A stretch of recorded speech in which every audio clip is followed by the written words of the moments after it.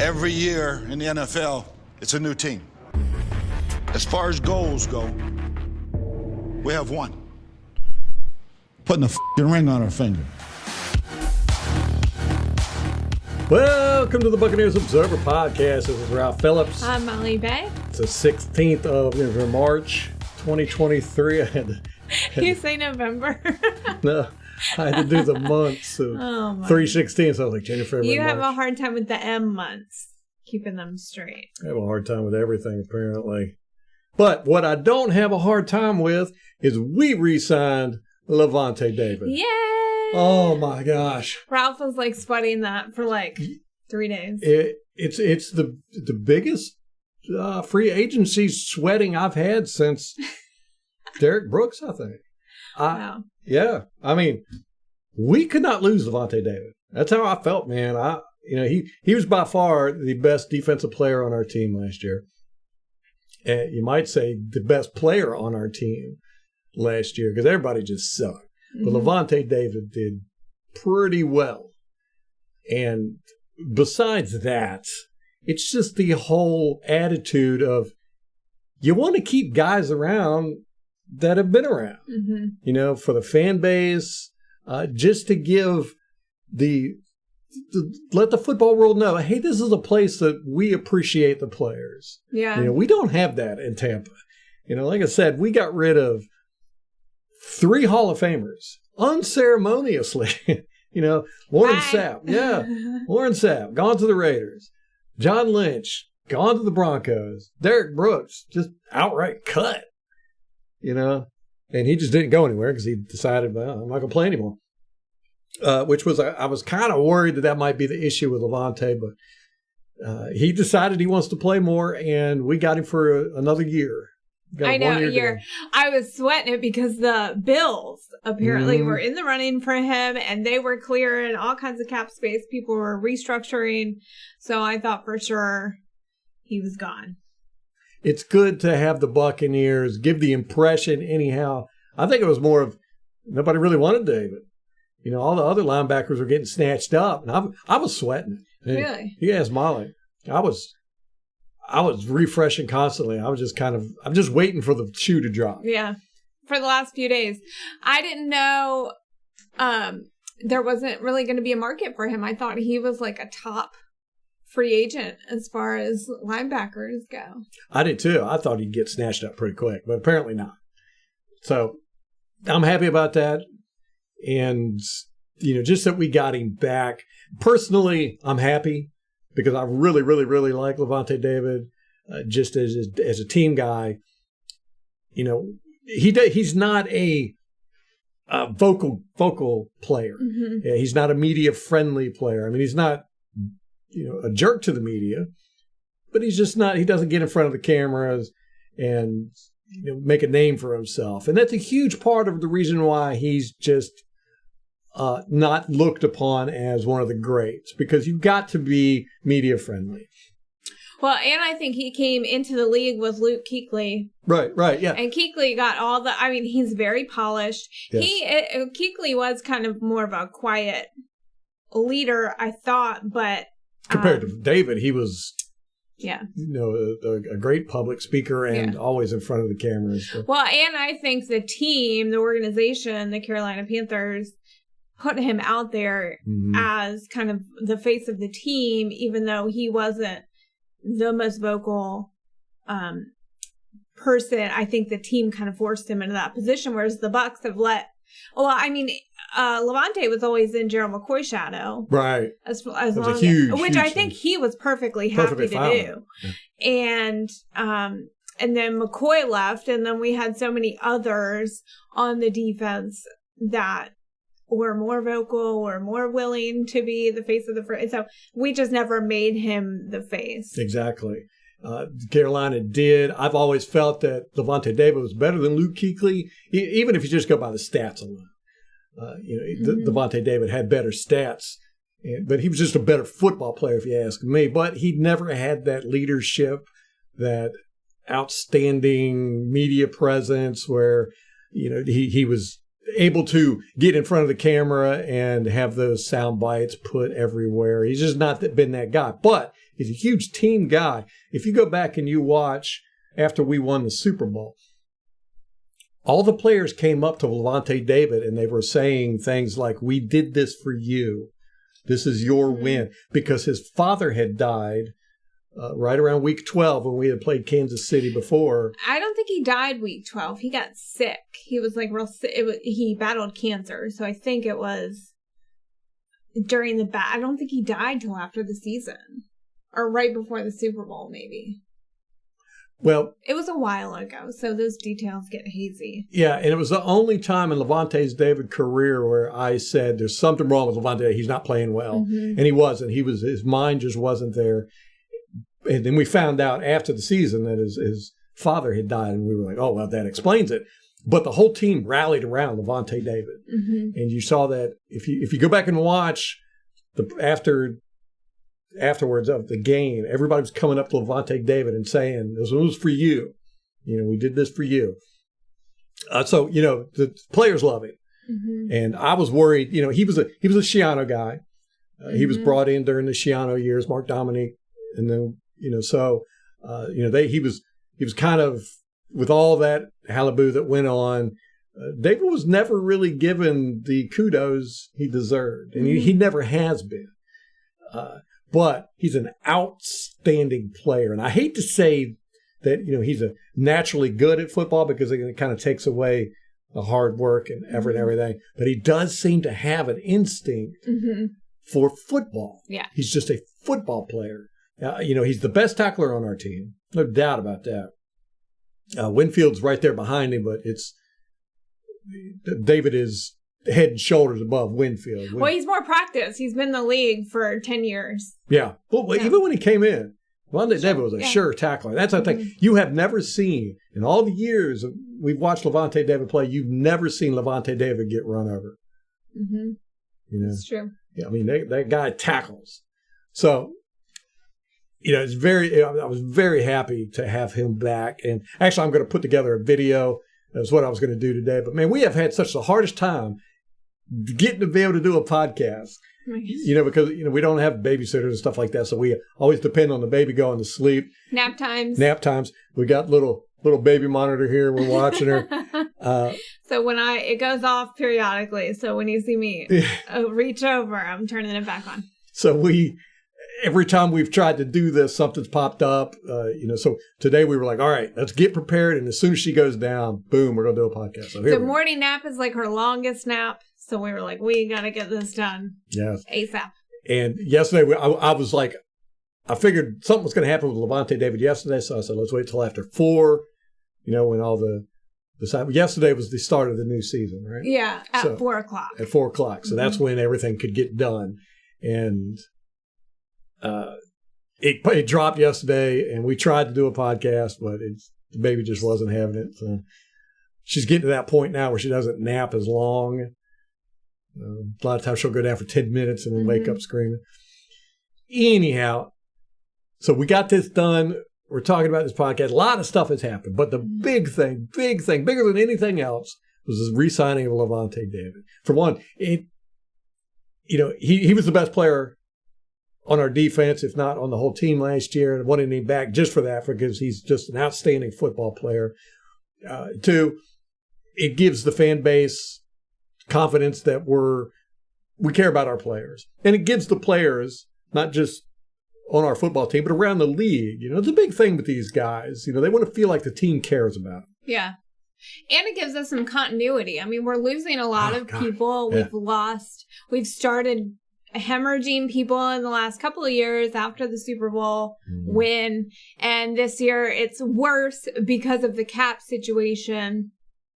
So to be able to bring back somebody like that from the defense, kind of our stalwart, it was a big deal. Yeah. So it's a 1-year, $7 million deal. Yeah, and it makes you wonder, how is this going to be Lavonte's last year? Is he saying, I got one more year in me? Or is it was the team like that? Right. Was it, we'll give you another year to see if you still got it, all that good stuff. So we don't know how he's going to perform, if he's going to, if this is his swan song. Yeah. Is he going to want to rack up stats, or is he going to just try not to get injured? Stuff like that. So yeah. we don't know. I'm just extremely happy that he's back. And I'm very, very happy that somebody in our division didn't snatch him up. I was worried about the Panthers. Because they have a lot of money. They're making a lot of moves in free agency. We'll talk about that a little bit later. So his deal, we had $2.3 million in dead money for him, even with re-signing him from prior year deals. But if we hadn't re-signed him, we would have had $6.9 million in dead money. Okay, so we saved money by we did save a little bit of money, which is really going to make a difference. I mean, we're pinching pennies. We're scrounging in the couch cushions at this point. So anything we could do. And I really can't figure out what our team is doing. I do not know. You know, it doesn't look like we're setting up to tank, but it doesn't look like we're setting up to do anything either. Looks like we're setting up to be very average. Yeah. That's how I feel. Well, I'd be happy with like an 8-9 season this year. I would. Yeah. Mediocre. I would be totally okay with that.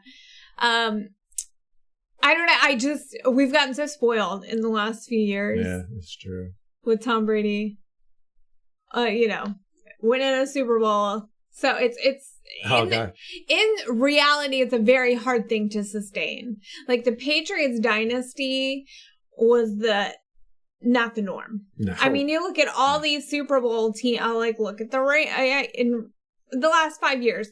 How many of those teams that won the Super Bowl have remained good? It's very hard to do. Mm-hmm. So my expectations, they're measured, I would say. And it's hard.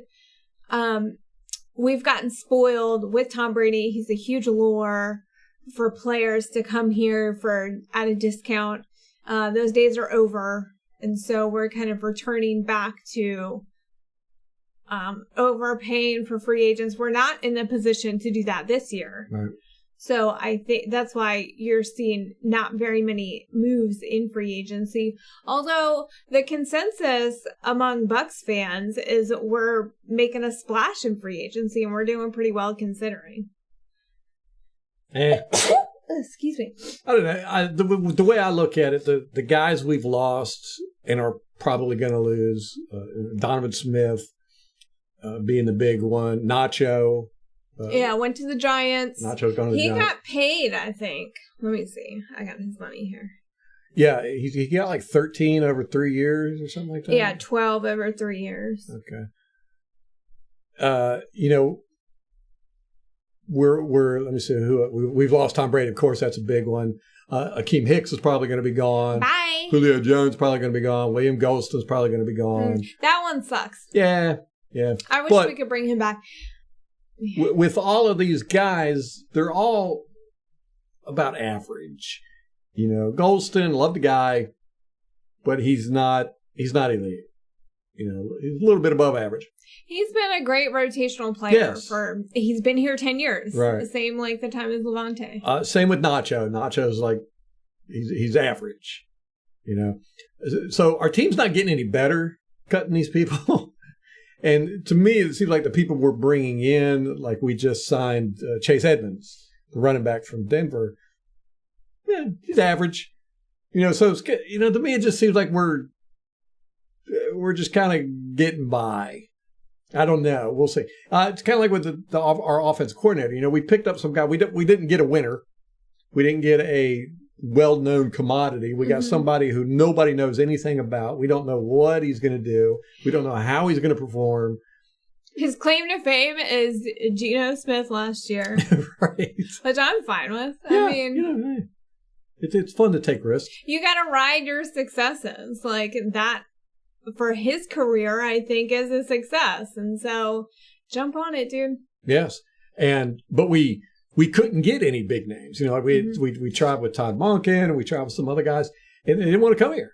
You know, Todd Monken, you know, he flat out pretty much said, no, I'm going to Baltimore, you know, after the Buccaneers really tried to get him. Did you hear what he said? He was talking about Jameis. Yeah, he didn't mention Jameis specifically, but he said the Buccaneers got great. When I was at the Buccaneers, we had great receivers, good running game, all that good stuff. And he named all these people. Yeah, he named all of them. And then he said, but our quarterback just, what was it he said? That he just couldn't read defenses or something. And he said, I think he said something like he liked to give the ball to the other team. Something like that. Which, it's true. But we ended up getting Baker Mayfield. I think it's purely for competition purposes. I do not think he's going to be a starter, but we don't know. We'll see. You don't think so? No. Okay. So I really think they're going to go with Kyle Trask. I'd be happy either way. Yeah. I think let it be a competition. I think Baker, he's at a point in his career where he really needs to perform, or else he's going to be relegated to the bench like Jameis Winston. Mm-hmm. Yeah, the perennial backup. Yeah. So his career at the Browns did not end well. Mm-hmm. He goes to Carolina. It's not going well. The yo-yoing between him and PJ Walker and Sam Darnold. It's just kind of a crap show over there. You can't beat PJ Walker and Sam Darnold for a starting job. You're doing pretty bad, right? Yeah, but then he goes to the Rams, fills in, does phenomenal. I think without that position, without those games, he would not have been the free agent that he was. Yeah. I don't think there would have been a market for him in free agency. Right. We talked about him last year during free agency when we thought Tom Brady retired, and I was perfectly happy to have him. Yeah. I think, I don't know. We'll see how he does. Right. He didn't do great at Carolina. Can't bounce back at the Rams, so we'll see. And, with the Rams, McVay's style of offense is what everybody thinks Canales is going to do here, something similar to that. So we've seen that Baker Mayfield can perform in that system. So we'll see. He only got a 1 year, $4 million contract. Mm-hmm. Very, very small change. Dirt cheap. I think we were paying Blaine Gabbert more than that. Like $4 million? But thankfully, we didn't go with Jacoby Brissett. I know. He's too much like Jameis.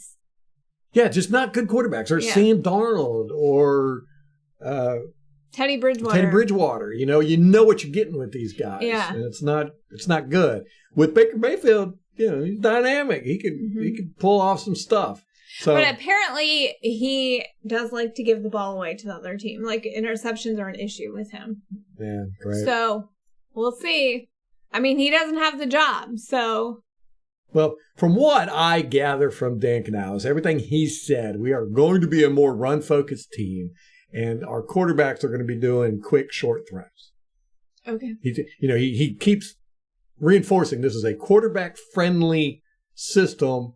Quarterback doesn't hold the ball long. That's his whole thing. Do not let the quarterback hold the ball long. So, what does that mean for the offensive line? So let's talk about the moves we made there. Shaq Mason, gone. We traded him to the Texans. We got, a sixth? Yeah. We traded our seventh for their sixth, and they got. So, no big deal. We were trying to unload his cap numbers. It was like 10 million, 9.5, wow. Something like that. Yeah. It was expensive, but, he was solid. So our whole offensive line is going to be different. Again. I know. This is what I hate, and this is what Lovie Smith did that I think really hosed us when he came in, fired the whole offensive line. Yeah. We were last year. It took us years to recover. Yeah. I mean, last year we were kind of in a rebuild mode. Not voluntarily. Ali Marpet retired, so we had to replace him at left guard. Kappa left, so and then those Jensen two, and then Jensen got hurt. So our whole interior, we had to kind of rebuild. We saw how that went. Now we're in that position again. Yeah, we've got left tackle. We don't know what they're going to do there. Left guard, don't know what they're going to do there. Right guard, we don't know what we're going to do there. Yeah, and luckily we do kind of have a stable of offensive linemen that we've been collecting for the last few years. Stinney, we just re-signed. He was a free agent coming off that ACL tear. So we did bring him back. That's good news for the guard position. Nick Leverett. Did we re-sign him? Was he a free agent? I don't know. We still have him. So that's good. We got a lot of young guys, and AQ Shipley was on the Pat McAfee show working out with Hainsey. Yeah, that was funny. Hainsey was in there doing squats. Like 800 pounds. Yeah. And Josh Wells, he's still free agent. We don't know what we're going to do with him. Yeah. I would like to see him come back. So, yeah, we've got a pretty decent group of offensive linemen, and it'll be interesting to see what we do with Wirfs if we put him over at the left tackle position, which I'm game for. I really am. I think he's too good to be playing right tackle. I think so too. And then you can put Josh Wells over at right tackle. Yes, I mean he did great there. Yeah. Or just to see, just try it out. We draft somebody. I don't know what the offensive lineman stack is like, but I mean, we hit the jackpot with Wirfs, so I'm all for it. Yeah, Marpet. So, I don't know. We'll see. We got Walton too. Walton. I like Walton. Yeah. I mean, we've got this crop of guys that we've been shuffling around for the last couple of years and developing. So, we'll see. I don't think it's as dire as it was when it happened with Lovey, but you know, when you lose a big piece like your left tackle, that can really backfire during the season. Yes. But now that we're talking about it, I don't feel like there are as many pieces that we need to fill, and we do have the draft. So I like how our drafts have worked out the last few years. I mean, we've had some guys who are still, the jury's out, but in general, I feel like our front office is pretty competent at evaluating talent and bringing people in, finding steals. So we shall see. Our secondary is going to be an issue. We did bring Jamel Dean back, but Sean Murphy-Bunting, we haven't re-signed him yet. I haven't seen where he's gone anywhere else. And then Mike Edwards too. So some of our depths, there's question marks. D. Delaney, we tendered, so he's coming back. I thought he was pretty serviceable. I liked him. But, you know, that might be an area that they address during the draft. I think we really need to work on our defensive line. Agreed. Our guy, Triumph. But last year, I really don't think you can judge anybody from last year's performance. Everybody just sucked. It was just all the way around. Everybody was just bad. They took a step backwards. So, like Tryon, Logan Hall, Akeem Hicks, the Nelson, who we brought him back. Anthony Nelson. Yeah. 2-year, $10 million deal. Nassib, but we know what we got in Nassib. He played pretty good. He's a free agent, though. But we just got no pressure from our defensive line last year, especially up front. Those guys did not get any pressure. Which is so disappointing. Like, Vito, where were you? Yeah. And, our outside guys didn't do anything. Almost all of our sacks and pressures came from blitzes, Devin White, Winfield, stuff like that. So I wasn't impressed with our defensive line last year at all. I'd like to see us maybe beef up there a little bit. I think offensive line, we're good. Running back, I think we're good. We got Chase Edmonds, like I said, we just signed. But White, I think he'll be serviceable. I liked him. Yeah. They might draft somebody else. Yeah. We've got Keyshawn Vaughn back there too. So, we got guys. Wide receiver, I think we're good. I'm not worried about our wide receiver group. And again, we've drafted guys in the last few years. I mean, our wide receiver room has been pretty stacked for the past few years. Even our, depth guys were pretty good. So I feel good about the front office's capacity to evaluate that talent. Now, we did lose Cam Brate, but we've got Otten. I think is good enough to replace him. And then behind him, we got O'Keefe, and we've got somebody else I can't remember. I know. Who's the other one? Yeah, I can't remember who the third guy is. O'Keefe, he's more of a fullback, but he can play the tight end position. He's a blocker.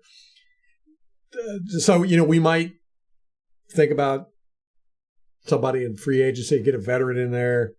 Kyle Rudolph didn't. Oh, Kyle Rudolph, that's who we had in there. He's gone too, right? Yeah, well, we don't know. He's a free agent, but I can't see us. I was not impressed last year. But again, like I said, I can't judge anybody from last year's performance. Everybody was just fair. in a funk. Yeah. So, relative, we don't have a lot of spaces we need to fill, I don't think. I agree. I feel a little bit better now that we've had this chat, the little therapy session. I feel better about the team. I don't feel like we're building a winner, but I don't feel like we're going to get much worse. We're going to suck. Yeah. So I think we're going to be very, very average. So. Well, and then, okay, how do you feel about the rest of the division? I mean, they're all kind of stacking up. You got Derek Carr going to the Saints. Yeah. That's a concern. They did bring back James Winston to sit on the bench for a year. That really surprised me. That poor guy, is he never going to be a starter again? I know. We talked about that the other day. Like, he's at the point of his career. Like, is he a consummate, what's the word? Consummate start or a bench rider. I don't know. That stinks. Which it does stink for the NFL because, and somebody said this on Twitter too, and I agreed with it wholeheartedly. And we've said it here on the podcast. One thing about Jameis Winston, he's exciting. He's a dynamic quarterback. You never know what you're going to get with him. You could be up 47-0, your team kicking butt, and he's going to make it an exciting game because he's going to turn the ball over 6 times. In the last 3 minutes. The other team is going to love him. Yes. So he's going to make it real exciting for them. Or, you could be getting whooped 36-0, and he's going to rally the team back. It's just... I will tell you, I think the most memorable, most entertaining season we had was Fitzmagic and Jameis Winston together. The first few games where Jameis was suspended and we had Fitzmagic in there, lighting it up with Deshaun Jackson. Those were fun games. And then Jameis came in. I think wasn't that his 30 interception season? Yes. I mean, and they were just crazy games. So it is kind of a travesty for the NFL to not have him starting. Because, again, football is entertainment, and I've said it many a time. Tom Brady's boring. He's boring to watch. Yeah. The offenses he's commanded have been boring. He was boring at the Patriots. He was boring here. He'd have some good comebacks and everything, but generally it was just boring, short passes, march down the field. There's nothing exciting about his performance. His 2-minute drills were great. I would say that was the most exciting, entertaining that Tom Brady got. But the 58 minutes before that was boring as crap, But Jameis Winston, here was the tweet. The guy said, if I could watch one quarterback in a game, it would be Jameis. We've seen plenty of blowouts where Patrick Mahomes just destroys an opponent. We've never seen a boring Jameis Winston game. It doesn't exist. And I agree with that. 100%. 100%. So it's a shame that he's been sitting on the bench. Yeah. Yeah. I'd like to see him go somewhere and start. Yeah. Just because he was exciting. And when he was our starter, it was exciting football. You just didn't have boring games with Jameis Winston. It was aggravating, frustrating, all that good stuff, but they weren't boring. It's true. So the Saints, they have Jameis Winston, they got Derek Carr, and they also restructured Marshawn Lattimore. Okay. So he's back for another year. They lost their whole defensive front. That's what I heard. I haven't looked into it. Wait a minute. I have the tweet here. Hold on. That's going to be something because, their defensive front has been good for a long time. And, last year, their defense really kept them in games. Okay, so they lost Davenport, Onyemata, and Shai Tuttle, who he went to the Falcons. Really? Yeah, and then Shai Tuttle went to the Panthers. The Falcons aren't really doing anything in they seem to be the ones that are just kind of chilling. They spent a bunch of money.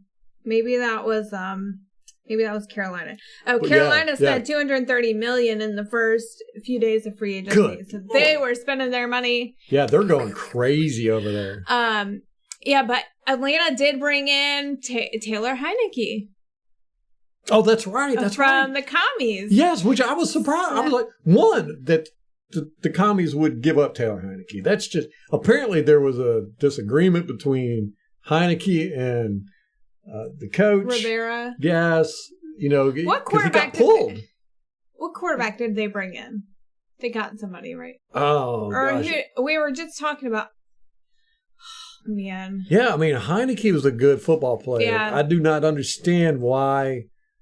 I mean, he almost beat us in the playoffs. Yeah, kept very, very damn close. He played very well. He's an interesting, but he is one of those dynamic quarterbacks. Uses his legs. Mm-hmm. But he's from my alma mater. Yep, that's right. Old Dominion. They didn't have a football program when I went there. Way back in the day.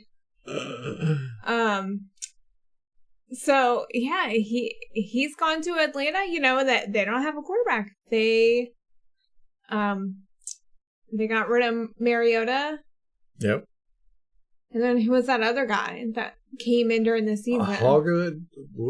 Hammond. So we don't know. Yeah, and anyway, he seemed to be all right. Yeah, he was. So they're kind of building over there. Yeah, but they've been pretty quiet. We'll probably do a more in-depth know your enemy after free agency is over. Yeah. Oh, they got a Jesse Bates, who was the top safety in this free agent class. I think he was with the Bengals. Bengals. The Falcons got him? Yeah. Yeah, somebody had posted on one of my videos on YouTube. They had said that they were worried about Carolina. This was a couple of weeks ago. That they're going to be the team to beat. And I was just like, But seeing all the moves they've done, and they seem like they're trying. Yeah. So the biggest thing was they traded with the Bears to get the first overall pick in the draft. Yeah. So they gave up the house for that. Yeah. So they apparently have somebody in mind that they are trying to get. It's got to be a quarterback. You're not going to give up all that for a wide receiver or a defensive lineman or something. Yeah, exactly. They did sign Andy Dalton, though. To a 1-year deal. Yeah, it was a very small. It was like $7 million or something. I think 10. Not a whole lot. Yeah, in quarterback money. So they got Von Bell from Cincinnati. Strong safety. They got Miles Sanders from Philadelphia. Yeah, which the Saints also got Jamal Adams from Detroit. Jamal Williams from Detroit. So he went to the Saints. Okay. So 2 running back, Miles Sanders just made me think of it. 2 running backs kind of went back to back in free agency. Yeah, they got Hayden Hurst, also from Cincinnati, tight end. He was drafted by the Falcons. So he's like returning to the division. Yeah. So Carolina's over there making moves. Mm-hmm. With New Orleans getting Derek Carr. Yeah. I was like, dang it. I know. This division is getting their stuff together, it feels like. Carolina is an unknown because they've got new coaching staff. Mm-hmm. Frank Reich, he's got an impressive resume. Yep. He did well at the Colts for a few years, so. Yeah, and it looks like they're not building slowly. Right, yeah. They spent all their cap money. But who's going to be their quarterback? Right. It does kind of hinge on that, but I don't know. They're making moves elsewhere. They did jettison their number 1 receiver, DJ Moore. Yep. He went to Chicago with that trade. So, which is good for us because DJ Moore burned us all the time. He was not like on any other team. He was like a 3 receiver. Well, Chicago, he'll be a number 1 because they ain't got any receivers over there either. Justin Fields. What are they doing with Justin Fields? I don't know, man. I can't ever figure Chicago out. Why would they trade away the first Do they think they're good already? I don't know. Or maybe they're like, we need a lot of help in other areas. I mean, first overall, it's a quarter. It's like what you said. Yeah, that's a quarterback pick. And if they are thinking we're good with Justin Fields, if that's the direction that they want to go in, clearly they do. And they got the Pirates' booty. I mean, right. So, I mean, if they need to shore up in other areas, you don't necessarily need all that draft capital to shore up like that. Yeah. Like, you're not going to burn the number one pick on an offensive lineman. Right. Defensive lineman. When was the last time an offensive lineman has been picked number one overall? Have they ever? So follow up and fact check, I think. Dallas drafted, I don't think first overall, but in the early draft, they were shoring up there. That was that one year we went to that wing place. I was sober enough at that point to remember. You're usually sober for the first 4 picks, and then after that, it's a wash. So, the NFC South looks like they're gearing for war. Yeah. Well, it's anybody's division at this point. I mean, we were contenders with Tom Brady. It was kind of a given we were going to take it. Now that we don't have him, it's anyone's game. Yep. I'm surprised. You know, Donovan Smith was released before free agency started, and I really thought he would be picked up. I don't know. Is he going to retire? Does he not want to play? It just seems, or there must be something there that is. It's either he's not wanting to play, or teams are scared of him. There's something going on. Because there's no way a left tackle of his caliber, now say what you will, there's a lot of teams out there that need left tackles. They just don't fall from trees. And, you know, he's good enough to start on plenty of teams. Yeah. And nobody has sniffed him. I mean, there's been no rumors of him going to visit, talking. There's been nothing. Nothing. So it leads me to believe that he's kind of, the way he played last year, he played like he did not want to be on the field. I think it's losing Allie. I think that's what it was. Yeah. He lost his best friend. Yeah. His buddy. I mean, aside from whatever traumatic event happened in his personal life, tragic event, I think a lot of his attitude probably had to do with losing Allie. But yeah, there was something, he just did not seem, in quite a few games, it just seemed like he just did not want to be out there on the field. And maybe other teams are just like, they don't want to put up with that, or they know there's something there, or something. But it's very surprising to me that there's been nobody interested in Donovan Smith. And like I said, we don't know if he's decided he's not going to play anymore. Right. I mean, he's been in Tampa since he was drafted. Maybe he just doesn't want to pick up his family and move. That's a good point, too. So, well, interesting. I'm keeping an eye on that. I actually have alerts set up just for Donovan Smith. So, don't know. But I know, even like in our division, like we have, I mean, they've all had crappy offensive lines for years. Right. Surprising. Yeah. Go ahead.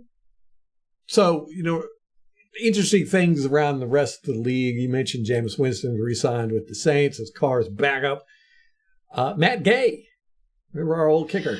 Yes, I saw that. What in the world? He signed with the Colts. It's the largest kicker contract in NFL history. He got a 4-year, $22.5 million deal. Why? I don't know. Was he that good? I mean, he sucked with us, right? Yes. So. And the Rams, I think his issue was like between like 25 and 40.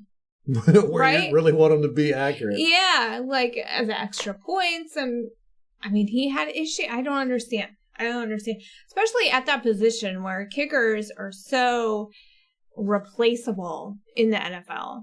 To the NFL. I mean, look at how teams treat kickers. Yeah. It's just, I can't believe that.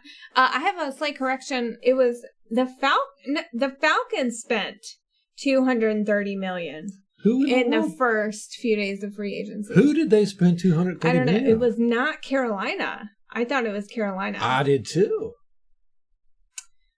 This was a tweet from Greg Auman. You know, he's not just covering the Bucs anymore. He is covering the NFC South for Fox Sports. Oh, he got Jesse Bates, 4 years, $64 million. Wow.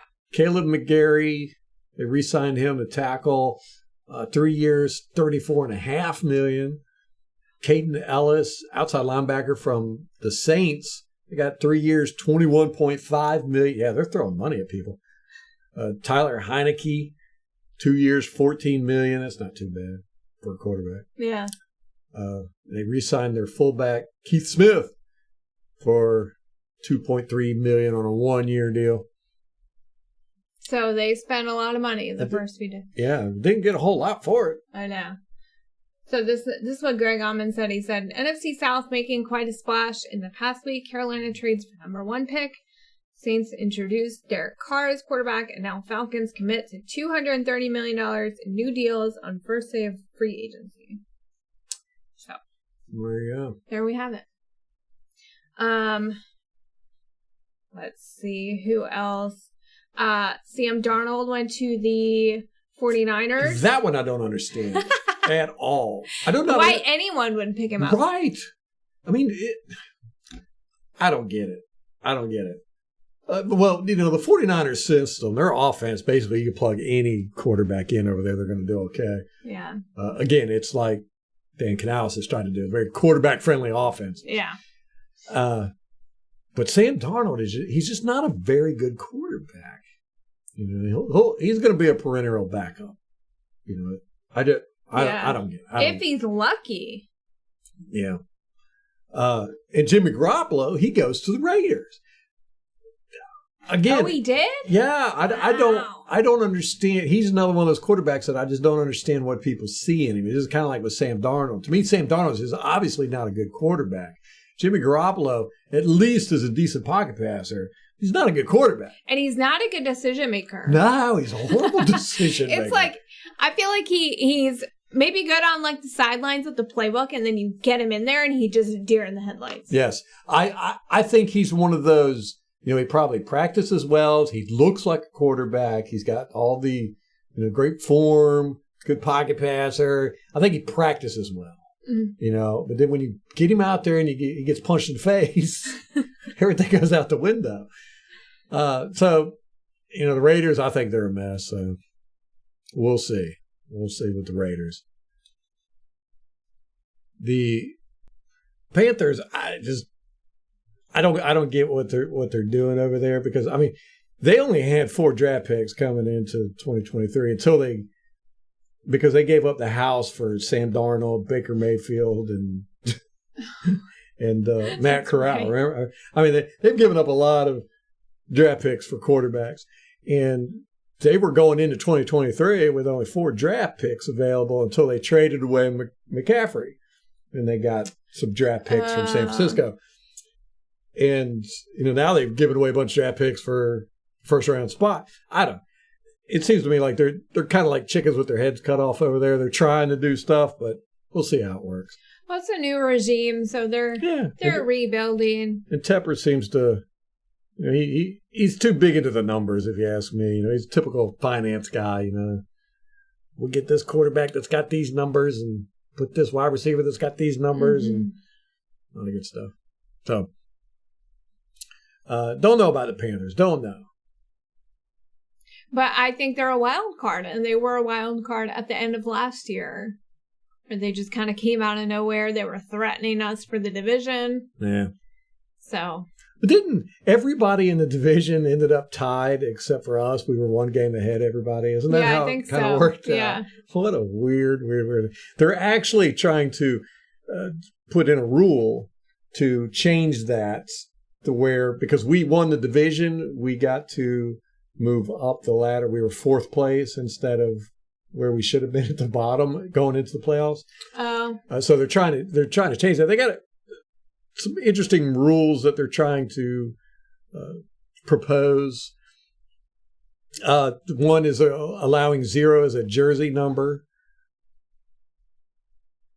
Why would you want that? I don't know. Onside scrimmage for 4th and 20 alternative to the kickoff. Reset the play clock to 40 on reversal inside 2-minute warning. Personal fouls challengeable. Hold on. Being personal fouls to be challengeable. Third challenge on one successful. Challenge yard line of illegal contact, ineligible downfield, offensive pass interference greater than 1 yard. Booth review turnovers on downs, roughing the passer challenge with replay assistant. I like that one. Yeah. Crackback blocks extend to when player blocks beyond the location of the snap. Yeah. When does that ever happen? I don't know. It'll happen all the time if they get the chance to throw the flag. Some of the bylaws resolutions they want to change is the third quarterback, making it where a team can have 3 quarterbacks on the roster without affecting their, like they used to do. You could carry 3 quarterbacks. They should, because of what happened in San Francisco. Yeah, really screwed them. Yeah. They're asking, and this is from the Chargers, why they have to play Jacksonville. Because they have to travel from East Coast or West Coast to East Coast. It's the travel. So, I mean, an East Coast team has to travel to the West Coast. I know, but the Chargers, What? it's kind of how the Tampa Bay Buccaneers used to be when we had to travel up north all the time. All the teams we played, Minnesota, Chicago, and Green Bay, we had to go up north. So it was a lot of traveling for us. And that's how the Chargers feel.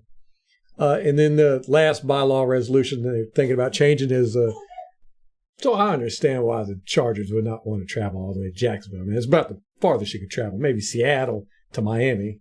But all the East Coast teams have to travel too. No. And Jacksonville's got to travel all the way to the West Coast for all their... It's typical LA attitude. Like, we're better than everyone else. What about the people who have to go to Europe for a game? Yeah, well, that sucks too. It is what it is. So we'll see. And then one last thing they're talking about with the bylaws resolutions is to change the game clock to count tenths of a second when it's under 30 seconds left. I assume in a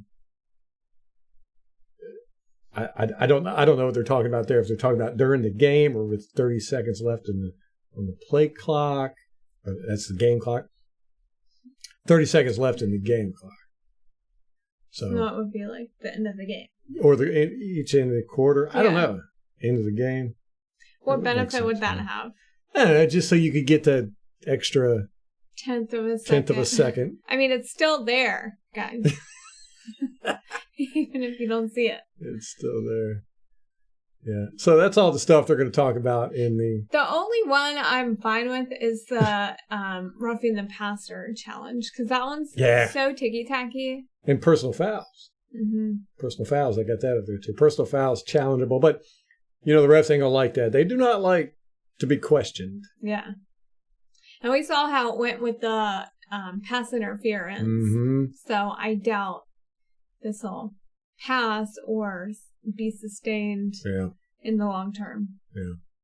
I also kind of like the third challenge on one successful. So you start off with 2 challenges, and if you get one right, then you get an extra challenge. Yeah, but currently you have to get both right to get an extra one. So they're just decreasing the requirement to get an extra challenge. Yes, okay.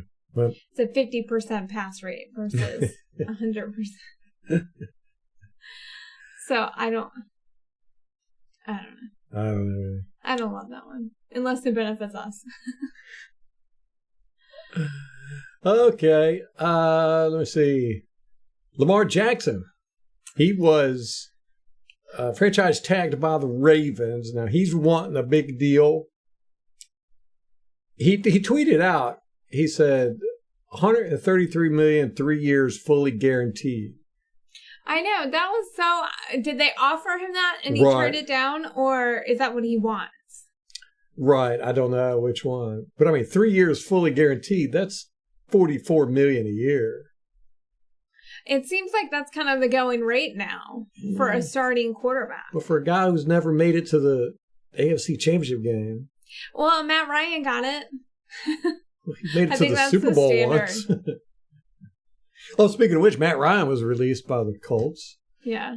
I mean, everybody knew that was going to happen. But yeah, that's he's kind of a weird one. Like, I feel like he's just this end of his career. He's fizzling out. Oh, that's it. Yeah, and sad, like in a sad way. He might get picked up as a backup somewhere, but is he going to want to play backup? I wouldn't. No.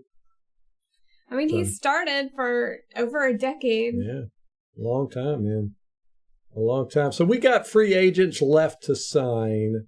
You got a rundown? Oh, I left my... No, I don't. I left my phone downstairs. So we've got, real quick, we'll go through the list. We've got, like I said, Akeem Hicks, Leonard Fournette. Gone. He's pretty much gone. But we haven't released Lenny yet. Well, I know. That's very strange. But are they doing the post June 1st release? Yeah, probably. Is that what it is? Yeah. Julio Jones, William Golston, Blaine Gabbert, Kyle Rudolph, Sean Bunting, Josh Wells, Giovanni Bernard, Keanu Neal, Brashard Perryman, Pat O'Connor, Carl Nassib, Logan Ryan, Jannard Avery, Deidrin Senat, Mike Edwards, Cam Gill, and your boy Scotty Miller. Oh, Scotty Miller. Bye. You think he's gone? Yeah. Why would we re-sign him? He's done nothing. Cheap. Would he be, though? Yeah, ain't nobody going to sign him. I wish we still had Adam Humphries. Remember him? Yes, I remember him. What happened to him? He went to Tennessee. Yeah, and then I don't know. And then you just totally lost track of him. Yeah. I don't think he's playing anywhere. I don't think so. Man, talk about a flash in the bucket. Yeah. In 21. He hasn't played since 2021. Washington was the last team he played with. That's unfortunate. Yeah. But yeah, it's that style, that size player. Like the Wes Welkers. Yeah, when he was at Tennessee, he only started 4 games in 2 years. He played in 19 games, 12 games in 2019, and then only 7 games in 2020. But then with Washington, he played in 17 games, so all the games. It started in 11. So I don't know. He just one of those guys that fizzled out. You know, when he's doing his real estate career, he can always point to the plaque on the wall and say, "Look, I used to be an NFL player." Yeah. You know? So many like that. Mm-hmm. You know, it's the nature of the game. Yep. Very, very few become household names or elite level. So that's a lot of guys we still got to look at for free agency. The ones I'd like to see Mike Edwards back. I liked Jannard Avery and Cam Gill, both of them. And they should be cheap. Should be, yeah, because they don't have any play time. Nobody's got any film on them. Right. Brashard Perryman, he's the guy. He's the one that I'm just like, he's got so much talent, and I don't know if it's we never used him right or whatever, but I don't know, it just can't seem to pan out anywhere. Yeah. I don't know. I'd like to see Golston back and Josh Wells. I'm very surprised I'm saying that. I know, me too. Just that one game. That one game against the 49ers. Every other time last year when he came on the field, I was panicking. Yes. Panic. Because he's just so horrible at certain things. Yeah. That reverse airplane blocking is, oh man. And coaches have got to be telling him, you stop doing that. You're the only person in the history of the NFL that's ever done that, and it's just not effective. It's not working. Yeah. He was scary at left tackle. Very scary. Right tackle, I'm fine with him at right tackle. Yeah. Well, we got one game of him at right tackle where he dominated the best pass rusher in the league. Right. Yeah. Just dominated him. I mean, that's going to count for something, right? Yeah, it counts enough for me to say, hey, let's get him back on board. Yeah. Akeem Hicks, don't really care about. No. He was just a guy. Fournette, we know he's not going to be here. Julio Jones, I wouldn't mind seeing him come back. I don't think we could afford him. Injured. Yeah. He didn't really do much for us. That's true. SMB, wouldn't mind seeing him come back. Yeah. Keanu Neal, like him. Yeah, he was a good tackler. He had some good tackles last year. And Logan Ryan, too. They were both kind of old school. But there's really nobody on there that I'm like, I'm going to be too upset if we don't re-sign. Yeah. I think of all of them, if you can have one. If I could have one, it'd probably be Mike Evans. That's what I was thinking too. That's my answer. Although I really like Cam Gill. I think there's a lot of potential when he can't get on the field. Right. He's got that injury Yeah. thing. They'll get him cheap though. Yeah. So we'll see. Interesting days ahead. It seems like this off season, of course, I think I say this every off season. It's just been kind of crazy. Yeah. We had a lot of big moves. Mm-hmm. Not us in particular, but the rest of the league. Aaron Rodgers going to the Jets. Aaron Rodgers thing. Well, it's still not done. It's such a tease, I think would be the appropriate word. Yeah. Yeah. I know Jets fans, they're just constantly refreshing Twitter. When's it happening? That's going to be so weird because he's such a laid-back dude, and he's going to probably the most crazy media market in the NFL. Yeah, but he's like high maintenance, it seems. I mean, like his personality is kind of laid back, but from what you hear about him, he's high maintenance. Yes. Like his payday with the Packers, and he's got to have his meditations and his demanding certain players. His incense. I wonder how his darkness retreat went. I don't know. He was on Pat McAfee. He was talking about one of the sports writers, one of the national guys. Schefter? I think it was Schefter. Had texted him. He was like, I don't know how he got my phone number. Oh yeah, I sent you a screenshot of that. Yeah, but he Schefter put it up online. The screenshot of his conversation or Aaron Rodgers' reply, because Aaron Rodgers had gone on to Pat McAfee and said, "Yeah, I told him lose my number." Yeah, I love that. Yeah, but he had one of the women reporters had contacted him right before that. And he was like, where are these people getting my phone number from? He said he didn't respond to the female. But, of course, he responded to Schefter with lose my number. Schefter's a jerk. That's why. Was it Schefter? I don't know. Rappaport? No, it's Schefter. Okay. So, yeah, Aaron Rodgers, you ain't going to be able to have that attitude in New York. No. New Jersey, those fans want to know everything about everything. They're used to the celebrities. Yes. Where Green Bay and Wisconsin, they treat as one of them. Mm-hmm. Where in New York, both with the Giants and the Jets, they want to rip you apart if you don't say the right things all the time. Well, it doesn't even matter. Half the fan base is going to want to literally rip you apart all the time. Mm-hmm. They're going to hate you. Mm-hmm. They're going to criticize you all the time. He ain't used to that. Mm-mm. I tell you, those markets are hard to play in. Yeah. Well, it's where Brett Favre went from the Packers. Yeah. Well, he went to the Vikings first, right? No, he went to the Jets first and then to Jets. The Vikings. Okay. Right. So is Aaron Rodgers going to follow the same trajectory? He is. He's following Brett Favre's footsteps. That's funny. Yeah. Wow. Never thought about that.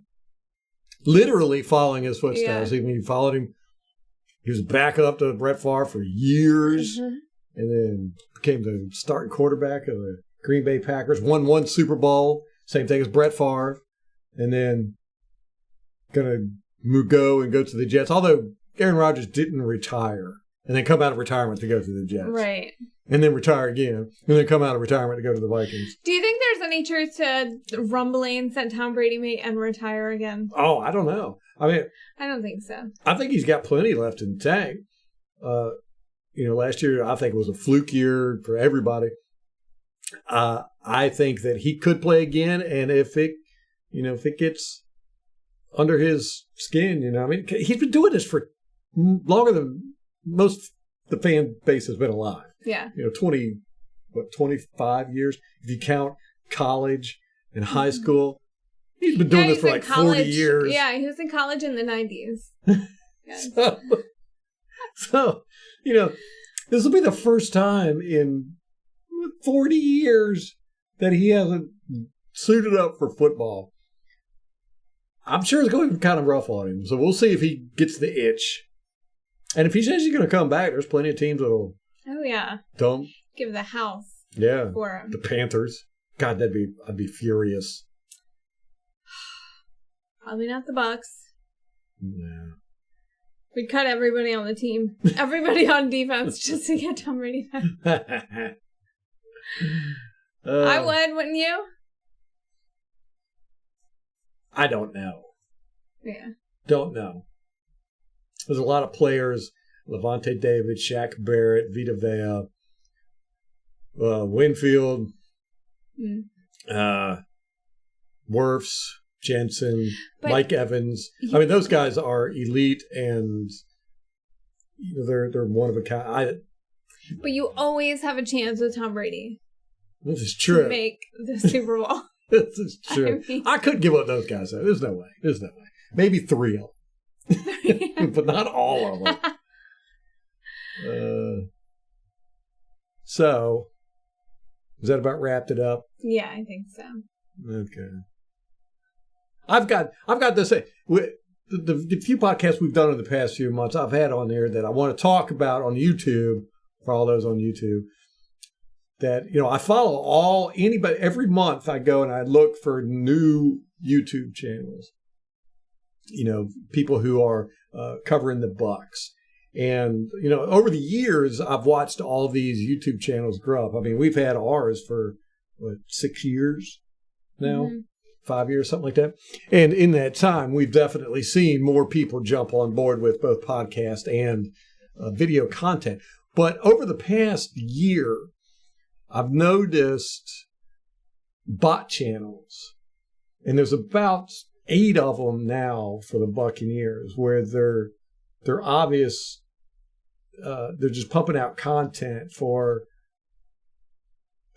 like daily content that really doesn't have anything to do with the Bucs, and it's got that kind of robot voice. I hate the robot voice. You have movie review channels that you watch, and they grate on me when you turn them on. I didn't notice they were robot voices until you pointed it out. Listen to these people.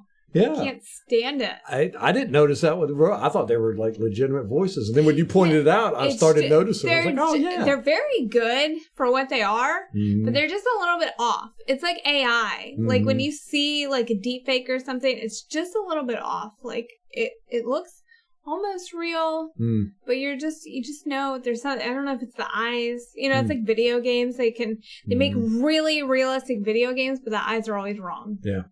You almost always can tell. Yeah, so I don't know if it's happening across the league, but I definitely know it's happened with the Buccaneers. And it appears, I kind of went through all of them. I think it's one person or a company or whatever that's doing this, because it seems like, I think it was every week or once a month, a new channel was popping up. It was almost like clockwork. So there's like 6 or 8 last time I checked. So be careful with what you're watching. But they're not putting out crappy stories or making stuff up or whatever. It's like they're doing the news, but it might just be a guy automated too who doesn't want to do his own voice or whatever. Or it might just be really, easier to do it that way. Like he's writing the copy and then he just puts it into an AI that reads it. It seems all automated though. But the thing I don't like about it is it's fine if you're going to do one channel like that, but don't do multiple channels, because it's diluting the waters, and you got people like us, all the I guess you'd say amateur content creators are just getting pushed out, because those guys, these bot channels are getting more views than we are. Yeah. Just because they're pumping out content every day. Mm-hmm. So, anyhow. The algorithm pushes them. Yeah. Got that out of the way. So I'm checking that off the list. Don't have to. All right. Good job. Yeah. All right. That's going to wrap it up for us. You got anything else to say? I do not. All right. Till next time. Go Bucks.